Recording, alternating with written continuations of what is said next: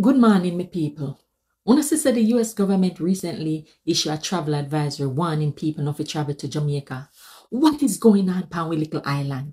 Me is here today to urge all of the people them that is contributing into violence fit happy. Me say uno fit happy. Let me tell you no. Jamaica is a beautiful island with culture, with people, everything nice.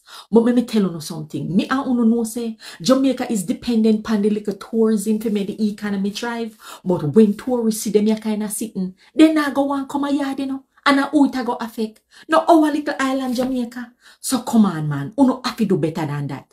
And you see all of the people them with their foreign from Wapi kill Philip.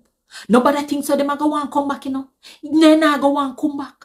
Because everybody love their life. And me know say someone will go on and talk about, oh yes, friend they left Jamaica and go a foreign then change and everything like that. But I know so you go. Everybody love their life and want to live.